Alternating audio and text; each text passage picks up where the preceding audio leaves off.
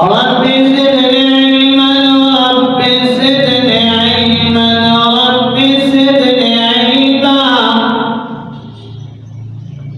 سبحانك لا علم لنا إلا ما علمتنا إنك أنت العليم الحكيم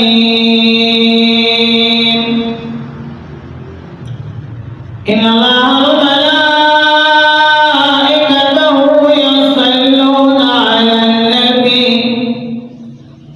يا أيها الذين آمنوا صلوا عليه وسلموا تسليما.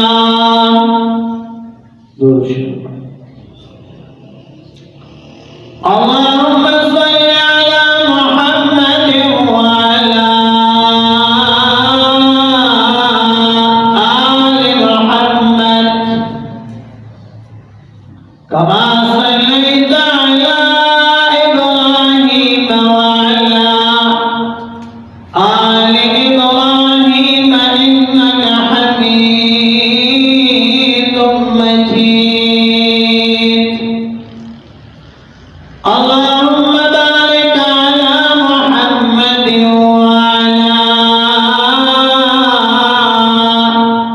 آل محمد كما باركت على إبراهيم وعلى آل إبراهيم إنك حميد مجيد.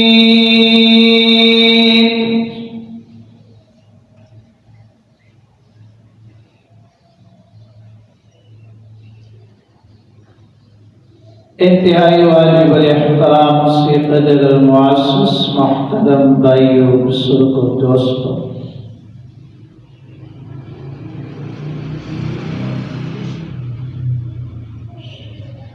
आप हज़रात के सामने सूरतुल जुमा की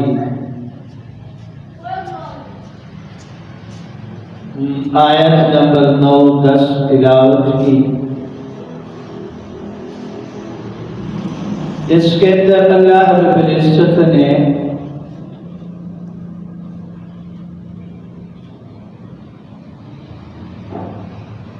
जुम्मे की दिन की फजीलत के बारे में बयान फरमाया, अहकाम बयान किया कि जुम्मे को दिन क्या करना चाहिए।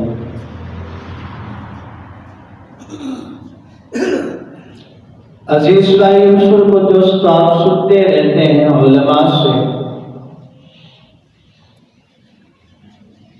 कि जुम्मे का दिन बड़ी फजीलत वाला दिन है और ये मुसलमानों के लिए हफ्तों में ईद का दिन का दर्जा रखता है।